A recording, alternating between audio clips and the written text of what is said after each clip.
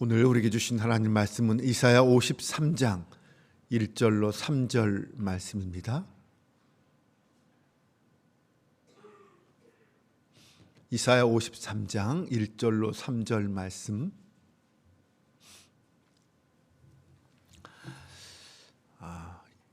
저와 여러분이 한 절씩 교독하고 마지막 절은 합독하겠습니다. 우리가 전한 것을 누가 믿었느냐? 여호와의 팔이 누구에게 나타났느냐?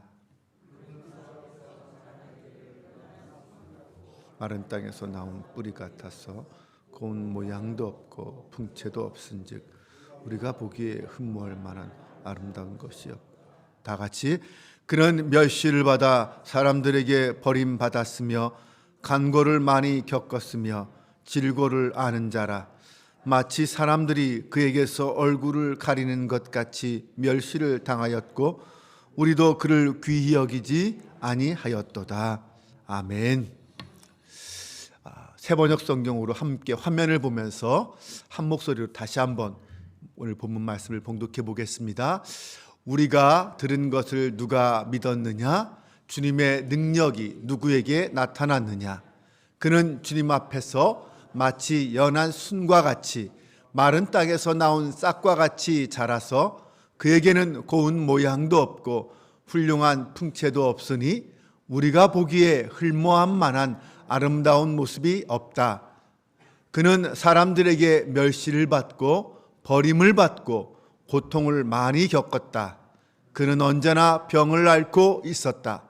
사람들이 그에게서 얼굴을 돌렸고 그가 멸시를 받으니 우리도 덩달아 그를 귀하게 여기지 않았다. 아멘. 할렐루야.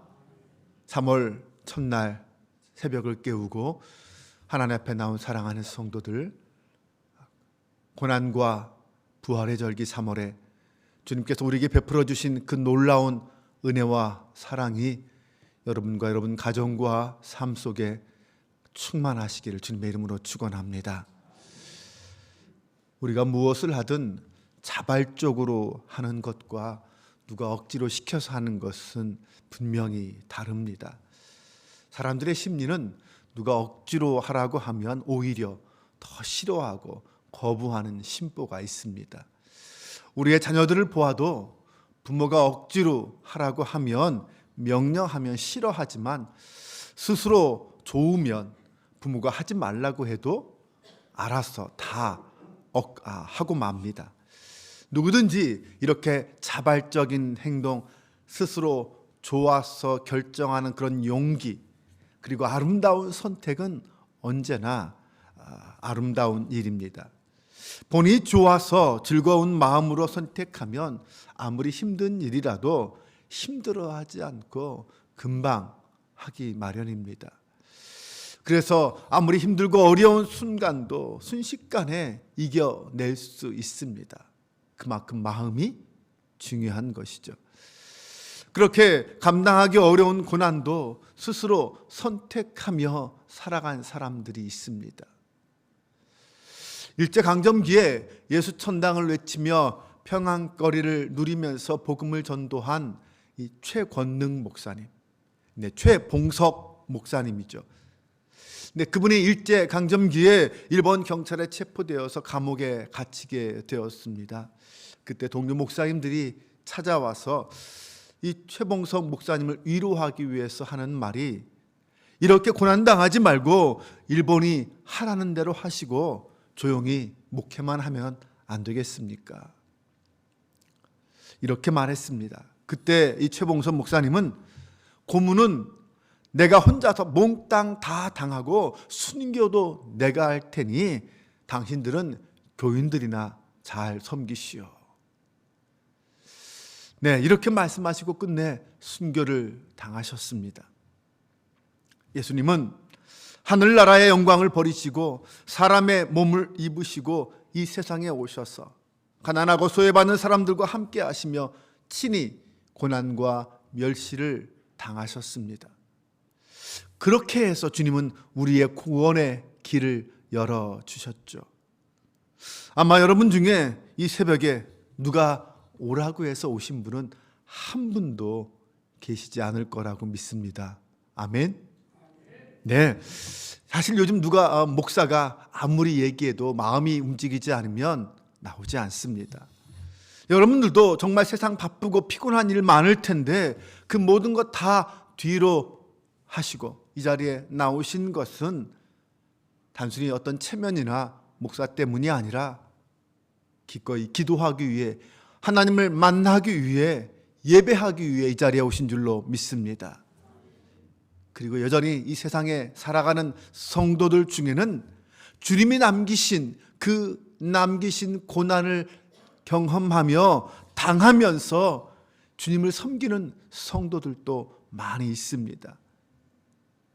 주님이 남기신 그 고난은 결코 감당하기 쉽지 않습니다. 그 사실을 주님도 알고 계십니다.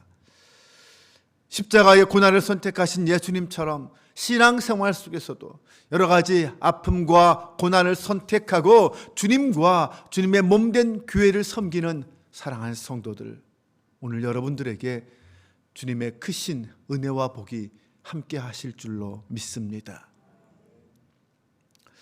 주님께서 사람이 된다? 아니, 하나님이 사람이 된다? 사실 이것은 전혀 상상하기 어려운 일입니다. 도저히 이해하기도 어려운 일입니다. 여러분 한번 생각해 보십시오. 이 강대상을 만든 기술자가 강대상이 된다라고 한번 생각해 보십시오. 말이 됩니까? 상상할 수 없잖아요. 네, 아니 사실 될 수 있다고 하더라도 피조물이 되는 것이니까 그래도 어떻게 말을 할 수 있을지도 모르겠습니다. 하지만 실제로 창조주 하나님이 피조물인 인간이 된다는 것은 우리의 상상을 초월하는 일입니다. 사람이 강대상이 되는 것보다 더 말이 안 되는 것이라고 할 수 있습니다. 그런데 실제 그런 일이 일어났습니다. 바로 예수님이 사람의 몸을 입고 이 땅에 오신 일입니다. 지극히 높은 하나님께서 이 세상에 오셔서 가장 낮은 사람이 되었다는 것은 정말 엄청난, 말도 안 되는 신비하고 놀라운 역사입니다. 여러분, 기적은 여기에서부터 시작됩니다. 일상적인 것은 기적이 아닙니다. 기적은 일상에서는 볼 수 없는 어떤 특별한 데서부터 시작됩니다. 때로 고난은 기적을 일으키는 시작점이 되기도 합니다. 성도가 진실로 주님의 몸된 교회를 섬기는 데는 사실 고난이 따라오는 것은 당연합니다. 그런데 세상 사람들은 모두 고난을 즐거워하지 않습니다. 고난을 좋아하지 않습니다. 사람은 누구나 가능하면 고난을 피하고 싶어 합니다. 왜 그럴까요? 고난이 힘들고 어려운 일이기 때문입니다. 그래서 고난을 피하고자 하는 사람들을 사실은 굳이 나쁘다고 말할 수는 없습니다. 저나 여러분이나 고난을 좋아할 사람은 없기 때문이죠. 누구나 고난당하고 손해당하는 것 싫어하기 때문입니다. 그것을 이기적이다라고 말할 수도 없습니다. 그런데 우리 예수님은 그렇게 하지 않으셨습니다. 그분은 인간이 고통을 당하니 친히 인간의 모습으로 이 땅에 내려오셔서 인간을 만나 주셨습니다. 인간이 죄 때문에 고난을 당하니 몸소 당신이 고난을 겪으셨습니다. 그러므로 주님의 고난을 생각하면서 주님을 따라가는 이 사순절기에 우리는 마땅히 그 주님의 고난에 동참해야 할 것입니다. 주님이 당하신 고난이 무엇인지 체험하고 이해하고 알아야 합니다. 그것이 사순절기를 사는 성도의 마땅한 모습입니다. 주님은 인간의 고난을 몸소 지셨습니다. 주님께서 인간의 고난을 거절하지 않으시고 십자가를 지셨습니다. 그 결과로 우리는 부활의 영광을 누리게 되었습니다. 주님께서 어떤 모습을 선택하시고 이 땅에 어떻게 오셨습니까? 오늘 본문 이사야 선지자는 이렇게 말합니다. 그는 주 앞에서 자라기를 연한 순 같고 마른 땅에서 나온 뿌리 같아서 고운 모양도 없고 풍채도 없은즉 우리의 보기에 흠모할 만한 아름다운 것이 없도다. 예수님의 세상에 오신 그 모습은 연한 순 같고라고 말씀합니다. 연한 순이라는 말은 새순 같다라는 말이죠. 큰 나무에 낙엽이 떨어지면 벌목꾼들이 달려서 그 큰 몸통을 잘라버리고 그것을 목재로 사용합니다. 몸통이 잘린 나무는 추운 겨울을 힘들게 견뎌냅니다. 그런데 새봄이 되면 어떤 일이 벌어집니까? 그 나무의 그루터기에서 새순이 돋아나기 시작합니다. 처음 그 새순을 보면 정말 볼품없이 연약한 존재의 모습입니다. 이 세상에 아무런 영향력을 끼칠 수 없을 것 같은 새순입니다. 이것이 예수님을 향한 첫 번째 비유였습니다. 성도들도 주님께서 선택하신 그러한 초라한 모습을 선택해야 주님을 향한 고난에 동참할 수 있습니다. 강하고 힘 있는 모습이 아니라 작고 연약하고 새순 같은 모습, 이것이 주님의 모습이었다는 것입니다. 또한 이사야 선지자는 마른 땅에서 나온 뿌리 같다라고 말했습니다. 예수님 당시의 사회는 마른 땅 같은 사회였습니다. 로마의 식민지로서 사회적 경제적으로 피폐한 시대였습니다. 인간성이 말살된 메마른 상실의 시대였습니다. 그런데 지금도 마찬가지 아닙니까? 인간성은 상실되고 인성은 메말랐습니다. 지금 이 시대의 모습도 그렇습니다. 사람들은 자기 살 궁립만 합니다. 다른 사람이 당하는 고난에는 아랑곳하지 않습니다. 눈에 보이는 것은 자기 일뿐입니다. 교회도 사회도 이웃도 관심이 없습니다. 어찌 보면 예수님께서 이 시대에 오신다면 그런 교회와 성도들을 보면서 통곡하실 것 같습니다. 그럼 예수님은 왜 당시 그 사회적으로 경제적으로 힘들고 어려운 그런 시대를 선택해서 이 땅에 오셨을까요? 예수님은 당시에 고난당하는 사람들을 위해 자기의 모든 영광을 내려놓고 가장 낮은 자의 모습으로, 고난당하는 자의 모습으로 이 땅에 오셔서 그런 사람들과 함께 하셨습니다. 가난한 사람들을 위하여, 못 배우고 불행하고 소외된 사람들을 위해서 이 땅에 오셨습니다. 그런 사람들을 위해서 기꺼이 본인은 고난을 당하셨습니다. 그래서 우리는 그 예수님을 믿습니다. 그럼 오늘날 우리 교회가, 성도들이 해야 할 일은 무엇일까요? 그런 예수님을 증거하고 자랑하는 일입니다. 그런 예수님처럼 행동하고 실천하고 사랑하는 일입니다. 주님을 본받고 즐거운 마음으로 주님처럼 고난을 선택하는 오늘 한빛교회와 성도들 될 수 있기를 주님의 이름으로 축원합니다. 주님이 오신 모습은 어떨까요? 예수님은 부잣집 귀공자의 모습으로 이 땅에 오시지 않으셨습니다. 2절 후반절에 보면 고운 모양도 없고 풍채도 없은즉 우리가 보기에 흠모할 만한 아름다운 것이 없다라고 말합니다. 만약에 예수님께서 선진국에서 부잣집 아들을 모습으로 태어나셨다면 그런 고난을 당하실 이유가 전혀 없으셨을 것입니다. 그런데 예수님은 정말 초라한 모습으로 오셨습니다. 여러분, 사람들이 그린 성화의 모습에 속지 마시기 바랍니다.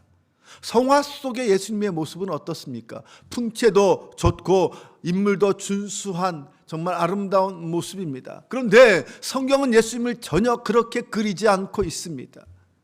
예수님은 그저 지극히 평범한 보통 남자의 모습이었습니다. 아니, 오히려 풍채도 없고 고운 모양도 없다라고 말할 정도입니다.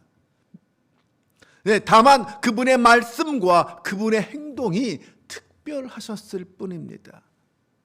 사실 예수님의 모습이 어떤 모습인가는 우리에게 그렇게 중요하지 않습니다. 예수님이 흑인이냐 백인이든 아니면 얼굴이 잘생겼든 못생겼든 키가 크든 작든 이것은 문제가 아닙니다. 중요한 것은 예수님이 당신의 마음을 어떤 사람들에게 두셨느냐라는 것입니다. 가난한 사람, 병든 사람, 못 배운 사람, 세상에서 버림받은 사람, 소외당하고 고통당하는 사람, 주님의 관심은 바로 그런 사람들에게 있었습니다. 예수님을 믿는 성도라면 예수님의 마음을 가져야 합니다. 바울은 빌립보서 2장 5절에서 너희 안에 이 마음을 품으라 곧 그리스도 예수의 마음이니 라고 했습니다. 사랑하는 여러분, 우리는 예수님의 마음을 품어야 합니다. 예수님의 겉모습이 아니라 예수님의 속마음을 닮아야 합니다. 그러기 위해서 우리는 가난한 사람들을 찾아가고 병든 자를 방문하고 고난당하는 자들과 함께 고난을 당해야 합니다. 이것이 진짜 예수님을 닮는 것이고 제자가 되는 모습입니다. 사람이 사는 사회마다 대부분 차별이 있고 구별이 있습니다. 우리나라도 얼마 전까지는 양반과 상놈으로 구별되어 있었습니다. 이것은 세상의 악습이죠. 그런데 지금은 어떻습니까?